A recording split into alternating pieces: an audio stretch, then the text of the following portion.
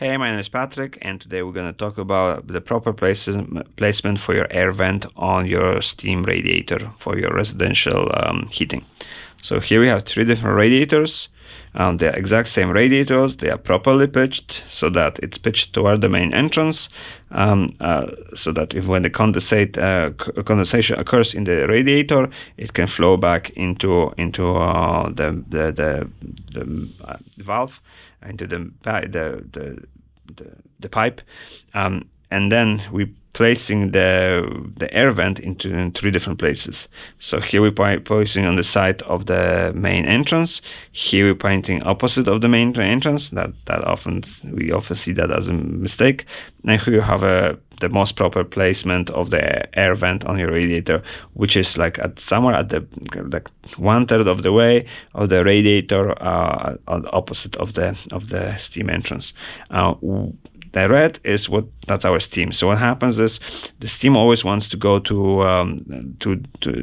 and push out the air out of the radiator. If you place the air vent close to the entrance, so we're gonna try to push all that air out.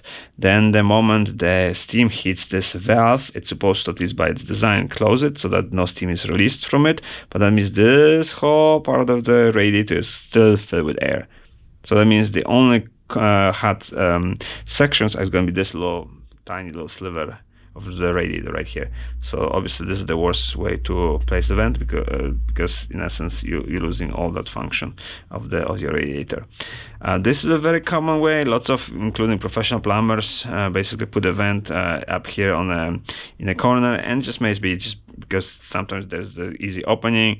They might not fully understand that because of that they only heating up 50% of the radiator, allowed only 50% of the radiator to heat up.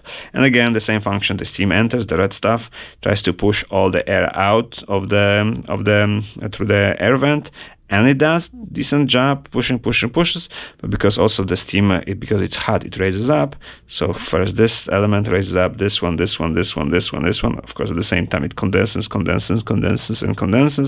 and then finally when the steam hits this air valve mounted on the top opposite side of your steam radiator, the air valve is supposed to close by its design, and then there's still all that air trapped in your radiator. So again, you're getting decent amount of heat out of your radiator, but it's not the ideal way of setting up. So again, this is obviously worse. This is decent, and this is the best. So basically you put an air valve on the opposite side of the entrance for the steam.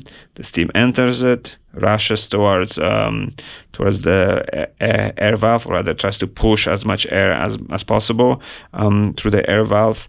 Then when it hits the air valve, and also remember this is steam, so it raises, so it actually goes here, and then goes through one of ribs of the radiator to another, to finally hits that's again a theory. In practice it's slightly different. Then it hits air valve, the air valve heats it up, closes, and no more air or steam gets released, and then all that heat touching cold surfaces of the radiator, the condensate flows to the bottom of the radiator, and if the radiator is properly pitched towards the supply, the condensate flows out. And that's why it's important to have your air valve both working. So it opens to release the steam, and closes when the steam hits it, so that no steam gets released through your air valve, and also that the radiator is supposed to be properly pitched so the condensate could drain away, and also that the